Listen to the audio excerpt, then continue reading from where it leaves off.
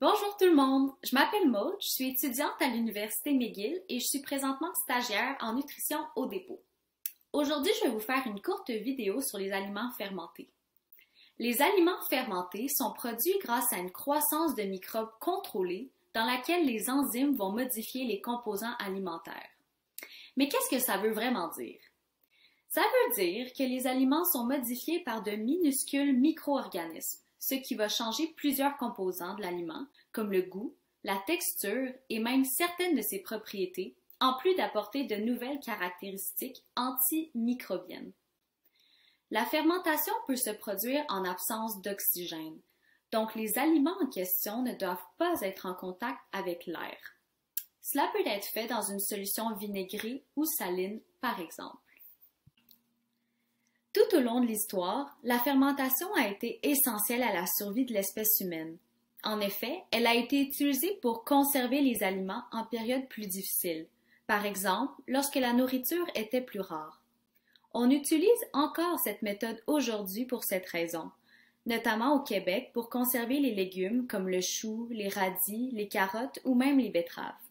Les possibilités sont infinies. Mais en plus d'accroître le temps de conservation, la fermentation permet aussi de développer d'autres types d'aliments qui sont très appréciés pour leur goût distinct et leur valeur nutritionnelle. Ici, j'aimerais que vous preniez le temps de réfléchir à des exemples d'aliments fermentés que vous connaissez. Vous pouvez même faire pause à cette vidéo et prendre le temps de les écrire. Donc, je vais maintenant vous en nommer quelques exemples. Il y a le yogourt, le fromage, la choucroute, le kéfir, le kimchi, la sauce soya, le miso, le pain au levain ou même la bière ou le vin. Je suis curieuse de savoir si vous avez réussi à en identifier quelques-uns. Il est même de plus en plus démontré que la fermentation des aliments augmente leurs propriétés bénéfiques pour la santé. En effet, la fermentation accentue l'activité antioxydante des aliments. Les antioxydants sont des composés incroyables qui protègent nos cellules des dommages environnementaux, comme la cigarette, la pollution.